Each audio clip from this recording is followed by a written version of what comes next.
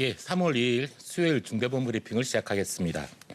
오늘 기준 위중증 환자는 762명입니다. 사망자는 한 주 평균으로는 94.1명, 오늘 기준 96명입니다.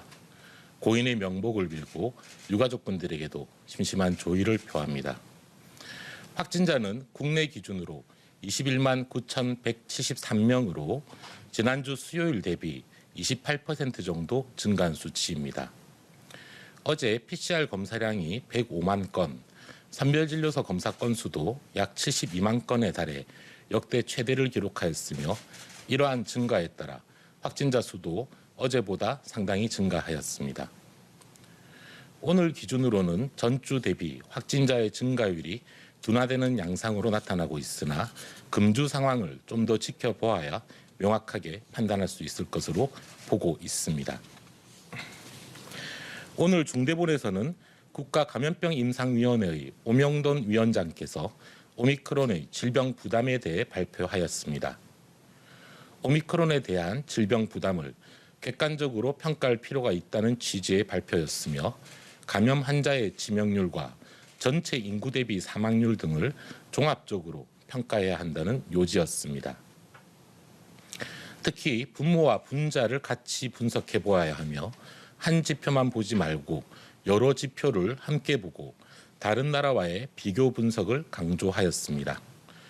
구체적으로는 60세 이상의 연간 사망자 수와 폐렴, 결핵, 교통사고 등의 사망자 수 등과의 비교를 통해 오미크론의 질병 부담이 상당히 낮아졌다는 점을 지적하고 이러한 점을 고려하여 방역 전략이 수립되어야 한다고 발표하였습니다.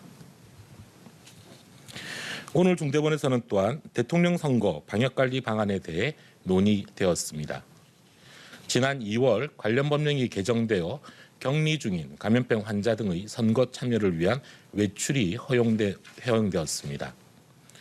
이에 따라 3월 9일 수요일 선거일 뿐만 아니라 사전투표 이틀째인 3월 5일 토요일에도 선거 참여를 위한 외출이 가능합니다.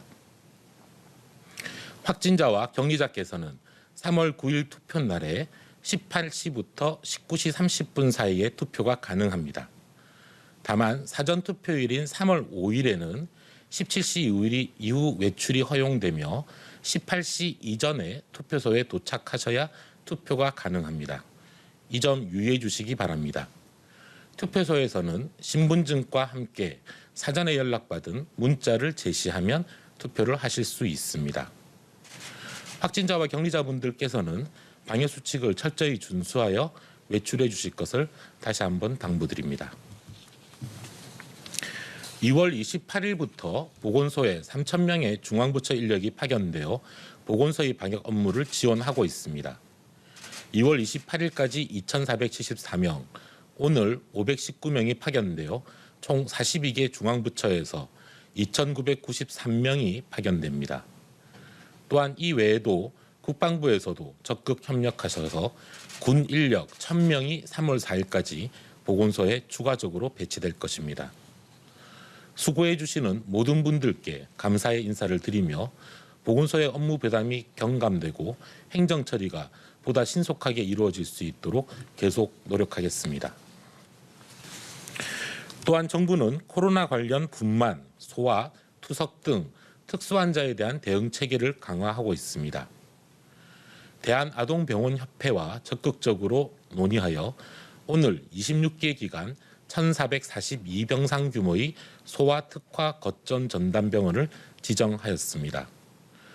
호흡기 전담 클리닉을 운영 중인 아동병원을 중심으로 지정하였고 동선 분리 등을 통해 비코로나 소아 환자도 안전하게 진료가 가능하도록 할 예정입니다. 원활한 운영을 위해 이들 소아 특화 거점 전담병원의 명단을 지자체, 병상배정방 등에 신속히 공유하고 병원들의 요청이 있는 경우에는 일반 공개도 할 예정입니다. 소아 특화 거점 전담병원에서는 주말에도 소아 확진자들의 대면 진료와 입원 치료가 가능하여 소아 확진자의 치료에 큰 도움이 될 것으로 기대하고 있습니다. 또한 응급분만과 관련하여 부탁 말씀 드리겠습니다.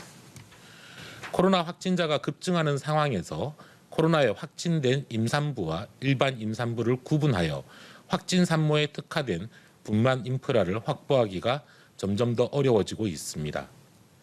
신규 확진자가 20만 명이 넘어가는 위기 상황에서 분만을 앞둔 산모를 누구나 확진이 될 수 있어 확진된 임산부께서 평소 다니던 병원에서 음압병상이 없더라도 분만을 할 수밖에 없는 상황에 대한 일선의 협조를 요청드립니다.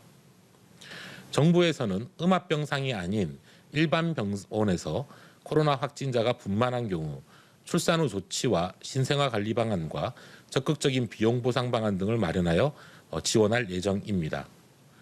분만과 관련된 의료진들께서도 의료기관의 업무 연속성 계획 지침에 따라 응급 분만 상황에 공백이 발생하지 않도록 적극적으로 협조해 주시기 바랍니다.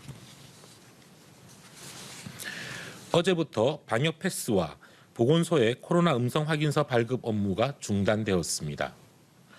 보건소의 PCR 검사와 신속 항원 검사는 계속 유지되지만 음성 확인서는 더 이상 발급하지 않습니다.